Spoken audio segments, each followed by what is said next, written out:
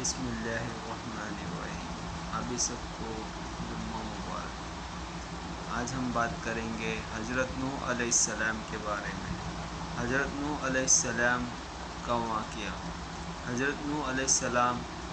جو حضرت آدم علیہ السلام کے بعد کے نبی ہیں۔ یوں دیکھنے جائے تو حضرت آدم علیہ السلام کے بعد دوسرے نبی بھی آئے تھے، لیکن جو خاص نبی تھے جس کے بارے میں آج ہم بات کر رہے ہیں، جن کا نام ہے حضرت نوح علیہ السلام۔ حضرت نوح علیہ السلام حضرت آدم علیہ السلام کے بعد 1000 سال تک توحید کے کام رہنے کے بعد ان لوگوں نے بت پرستی اس طرح سے شروع ہوئی کہ ان برے لوگوں نے بعض نیک لوگ بھی تھے، یعنی اچھے لوگوں کے ساتھ تھوڑے برے لوگ بھی تھے۔ یہ برے لوگ ان نیک لوگوں سے بہت محبت کرتے تھے اور ان کے تقرب میں حاصل کرتے تھے، ان کے شان میں بہت مغالطت کرتے تھے، جیسا کہ آج کل بعض لوگ علماء اور صالحین کی مدحس رائے میں زمین اور آسمان کے قلابے میں ملتے ہیں۔ یہی چیز بعد میں شرک کا ذریعہ بن گیا۔ امام حسین اور انہوں نے کہا کہ ہرگز اپنے معبودوں کو نہ چھوڑے اور نہ ود، نہ سواع، یحوس اور یعقوب اور نسل کو چھوڑے کی تصریف سے کرتے ہوئے ابن عباس رضی اللہ تعالیٰ عنہما سے روایت ہے کہ وہ فرماتے ہیں کہ حضرت نوح علیہ السلام کی قوم کے بعد بعض نیک آدمیوں کے نام ہیں۔ جب وہ پھوٹ گئے تو شیطان نے ان کی قوم کے دل میں یہ بات ڈال دی کہ وہاں وہ لوگ بیٹھے تھے وہاں ان کی بتیں بدل کر دو اور ان کا وہی نام دو، اور جو ان بزرگوں کو تھے وہ ایسا ہی تھا کیا کہ پتھر کی بتیں بنا کر ان بزرگوں والوں پر رکھ دیتے، اور اس وقت تو بتوں کی پوجا یعنی اس مورتیوں کی پوجا ہی نہیں، لیکن جب یہ لوگ پھوٹ گئے تو علم مل گیا، تب ان کی پوجا ہونے لگی، اور اس طرح سے اس وقت بھی بتوں کی بت پرستی ہو رہی تھی۔ آگے ہم دیکھنے جائیں تو ابن عباس رضی اللہ عنہما فرماتے ہیں نوح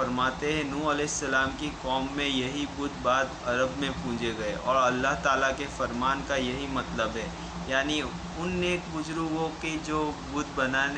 بنا لیے گئے اور آہستہ آہستہ ان کی پوجا شروع کر دی، یعنی اس کے بعد جو اچھے لوگ تھے وہ بتوں کو بنانے لگے، اور اس طرح سے شیطان کے بہکاوے میں آ کے وہ بت بنانے لگے،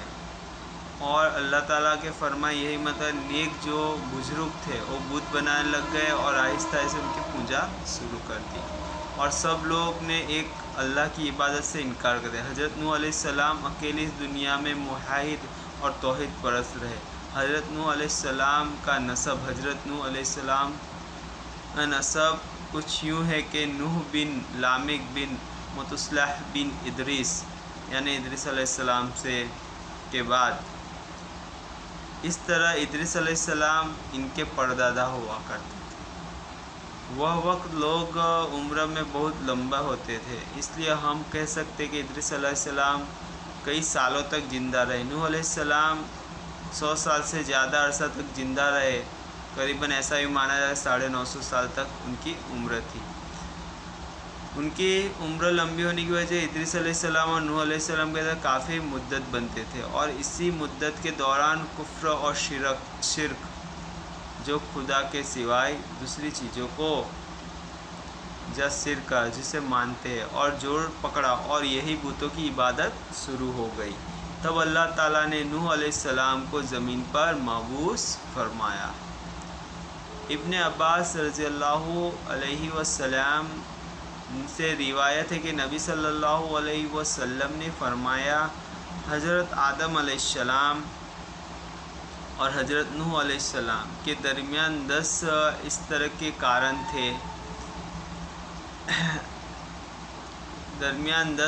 تھے جس طرح سے ایک قرن 100 سال کا ہوتا تھا، آدم علیہ السلام کے 1000 سال بعد تک لوگ توحید قائم رہے۔ پھر آہستہ آہستہ شیطان نے ان کے شرک کے راستے میں ڈال دیا، شرک عام ہو گیا، ایک اللہ کو عبادت بالکل ختم ہو گئی تھی۔ تب اللہ نے نوح علیہ السلام سے کہا کہ وہ اللہ کی طرف سے دعوت دی۔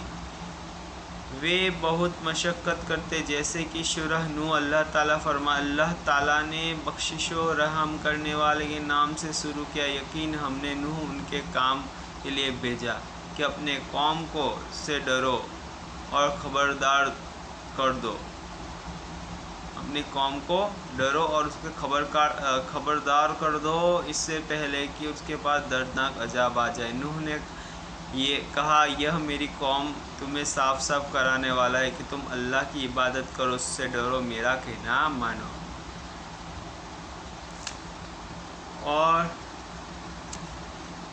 وہ تمہارا گناہ بخشے گا اور ایک وقت مقرر تک چھوڑ دے گا۔ یقیناً اللہ کا وعدہ جب آتا ہے تو موافق نہیں ہوتا۔ کاش یہ سمجھ ہوتی۔ نوح علیہ السلام تبلیغ کے لیے سخت محنت کی جاتی، دن رات لوگ گھروں میں ان کو استماس کے جا کر انہیں دعوت دیتے اور انہیں اعلانیہ اور پوشیدہ طور پہ دعوت دیتے، یہاں تک کہ ان کی دعوت کو دیتے ہوئے انہیں 950 سال گزرے، لیکن لمبے چند لوگوں کے لیے کوئی ایمان نہیں لایا۔ تب اللہ تعالیٰ شانہ نے دعا کی، اللہ تعالیٰ شانہ سے یہ دعا کی کہ اے میرا اللہ، میں نے اپنی قوم کے لیے دن رات تیری طرف بلائے، لیکن میرے پترستان سے یہ زیادہ چلنے لگے، وہ شاخوں سے انگلیاں ٹھوس لے اور اپنے اوپر کپڑا اوڑھ لیا، کہنے لگے ہم تیری شکل دیکھنا نہیں چاہتے۔ یہ نوح علیہ السلام کو ان کی قوم کہتی، میرے اللہ، یہ لوگ تیری باتیں سننا نہیں پسند کرتے۔ میں نے پھر انہیں کہا، اپنے مالک بخشش طلب کرو، وہ بڑا بخشنے والا ہے۔ اس وقت نوح علیہ السلام کی قوم میں ایک بادشاہ تھا، وہ بہت مغرور تھا۔ وہ قوم سے کہا لگا کہ نوح کی بات کان پر نہ لگائے اور نہ ہی اس کے بحث کرے، یہ جو کرتا ہے اسے کرنے دو، تم اپنے بتوں کی پوجا پر ڈٹے رہو۔ چنے ہوئے لوگ نوح علیہ السلام کی باتوں کان بند کر کے اپنے بادشاہ کی بات پر عمل کرنے۔ جب نوح علیہ السلام نے اللہ کا فریاد کی کہ پروردگار، یہ میرا کہنا نہیں مانا، ان لوگوں کی سنتے نہیں، ذکر اولاد اور مال نے انہیں فائدہ تو نہیں دیا، الٹا نقصان پہنچایا، انہوں میرے ساتھ بڑا داؤں لگایا، یعنی دوسروں کو میرے دوسرے کر دیے، خود بھی مجھے ستانے میں کوئی کسر نہ چھوڑی، اور رشتوں میں بھی ایک دوسرے کہنے لگے، اپنے ایشور کو نہ چھوڑے، نہ ود، نہ سواہا اور نہ یسوع اور نہ یوب اور نہ نشر کو چھیڑے۔ ان لوگوں نے بہت سے لوگوں کو نشکریہ کر ڈالا، اور پروردگار تو ایسا کر کے یہ ظالم اور زیادہ اسفل ہو۔ اسی طرح نوح علیہ السلام نے 950 برس کے دنوں لوگوں کو اللہ کی طرف پکارا، لیکن اتنی طویل عرصے میں صرف 80 سے قریب مسلمان ہوئے، اور ان ایمانداروں کو اکثریت خراب، مساکینی، تباہ اور غلام لوگوں سے مشتمل تھی۔ ذکر مسائل کوئی حقیقت نہیں ہوتی، مشکل میں 10 ایمان ایسے لوگ تھے جو شریف جاہ مالک ہو گئے۔ چنانچہ نوح علیہ السلام مغرور سردار جب اس صورتحال کو دیکھا تو نشچت روپ سے نوح علیہ السلام کے پاس آئے اور کہنے لگے کہ نوح، ہم چاہتے ہیں کہ تیری باتیں سنیں اور لوگوں کی بھی تیری باتیں سننے کی ترجیح لے اور سب تم پر ایمان لے، لیکن اس سے پہلے کہ ہماری ایک شرط ہے کہ اپنے آپ حلقے میں جو جلیل اور حقیر لوگ آ گئے ہیں اسے دھکے دے کر اور اپنے پاس نکال دے۔ اسی لیے ہم اپنے قوم کے سردار کے چودھری اور مقام و مرتبے والے، اس لیے ہم ان فقیر لوگوں کے پاس نہیں بیٹھ سکتے، اگر کوئی ان میں ختم کرتے تو ہم ایمان لے آئیں گے۔ اس طرح کی بات ان کے لوگ کہتے ہیں۔ اللہ تعالیٰ نے نوح علیہ السلام کی قوم کے سرداروں کو تردید سورہ ہود آیت 27 اور 31 میں کی تھی۔ اللہ تعالیٰ فرماتے ہیں، خیر سردار نوح علیہ کہنے لگے، ہم تو یہی دیکھتے کہ تو ہماری طرح ایک آدمی ہو، اور یہ بھی دیکھتے کہ صرف ان لوگوں کے تیری پیروی کی ہے، ان رذیل کو ان کے اوپر عقل، اور ہم تجھے کس بات میں اپنے سے زیادہ نہیں جیتے بلکہ جھوٹا سوچتے ہیں۔ نوح نے کہا، سرداروں بتاؤ تو صحیح، اگر میں رب کی طرف جو دلیل آئی ہے وہ قائم ہوا، اس سے اپنی مہربانی مجھے سرفراز کی، تو تم اپنی چھپی رہی زبردستی میں اسے سر مڈو گے، حالانکہ تم اس سے بیزار ہو۔ میرے قوم والوں، میں تم سے اس سے کوئی مال نہیں چاہتا، میرے ثواب سے صرف اللہ تعالیٰ یہ ہے نا کہ ایمانداروں کو اپنے پاس نکال سکتا ہے، انہوں نے اپنے رب سے ملتا، لیکن میں دیکھتا ہوں کہ تم لوگ جہالت کی بات کر رہے ہو۔ میری قوم کے لوگ اگر ان مومنوں کو اپنے پاس ختم کر دے تو اللہ تعالیٰ کے مقابلے میری مدد کون کر سکتا ہے؟ کیا تم بھی غور و فکر نہیں کرتے؟ یہ میں نے نہیں کہتا، میرے پاس اللہ سے چھپا ہے، اور نہ میں غیب کا علم بھی نہیں دکھتا، نہ میں یہ کہتا ہوں کہ میں کوئی فرشتہ ہوں، نہ میرے قول ہے، جن ان تمہاری نگاہ ذلت سے پڑی ہے، اللہ تعالیٰ انہیں نعمت دے گا، نہیں ان کے دل میں، اور ان کے دل میں ہے۔ آگے ہم بات کر رہے ہیں، اللہ تعالیٰ سانو بخوبی جانتا ہے، اگر میں ایسی بات کہوں یقین میرا شمار ظالم سے ہوگا، تو نوح علیہ السلام کی قوم اکڑ گئی اور کہنے لگی، نوح بس بہت ہو گیا، تو نے ہمیں بہت ڈرا دیا، اگر تو سچا ہے تو جس چیز کا وعدہ کرتا وہ اٹھائے لے آ۔ نوح علیہ السلام کی بات سنے، عذاب لانے والا اللہ کام ہے، اللہ کوئی عاجز نہیں کر سکتا، اور جب اس کا عذاب آ جائے گا تو کوئی بھاگ نہیں، کوئی چھل سکتا نہیں۔ اس سے بعد نوح علیہ السلام کی قوم اس کے سامنے، انہوں نے ایسے انہوں نے کہا کہ میری قوم اگر تم پر یہ گرتی ہے تو میں رہتا ہوں، اس لیے اللہ کی باتیں سنتا ہوں، اور اسی چیرتے ہوئے میرا نقصان پہنچانے در پہ رہنا ہے، ہو تو سنا صاف کرتا ہوں، تم کوئی خطرہ نہیں، کوئی پرواہ نہیں، جو ہاں گزرا تو میری شمع ہے، سخت شمع لو،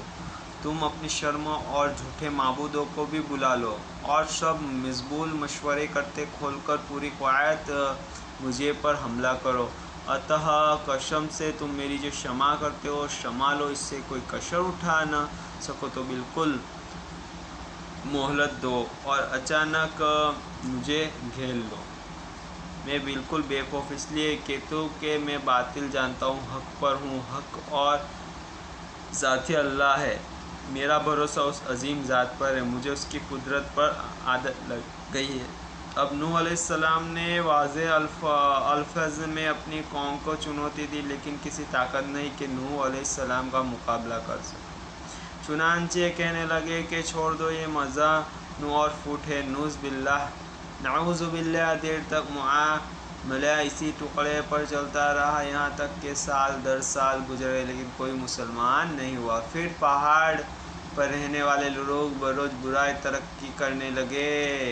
اور جو لوگ شروع میں ایمان لائے ان کے علاوہ کوئی شخص ایمان نہیں لایا، اور نوح علیہ السلام انہیں مسلمان طریقے دعوت دیتے رہے، مگر زمین یہاں تک اللہ تعالیٰ نوح علیہ السلام طرف وحی کہ کوئی بھی شخص ایمان نہیں ہوا۔ حضرت نوح علیہ السلام کی کشتی کا اب ہم نے آگے بات کرے کہ کس طرح سے ایمان نوح علیہ السلام جس طرح دعوت دی تو کچھ ہی چنندہ لوگ ایمان لائے تھے۔ اب ہم آگے بات کریں گے حضرت نوح علیہ السلام کی کشتی کا حلیہ کس طرح کا تھا۔ حضرت نوح علیہ السلام کی کشتی کے بارے میں جو ہم بات کرنے جائے تو ایک روایت میں یہ بھی ہے کہ حضرت نوح علیہ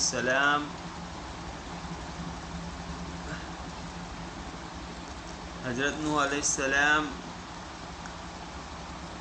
جو کشتی تھی وہ روایت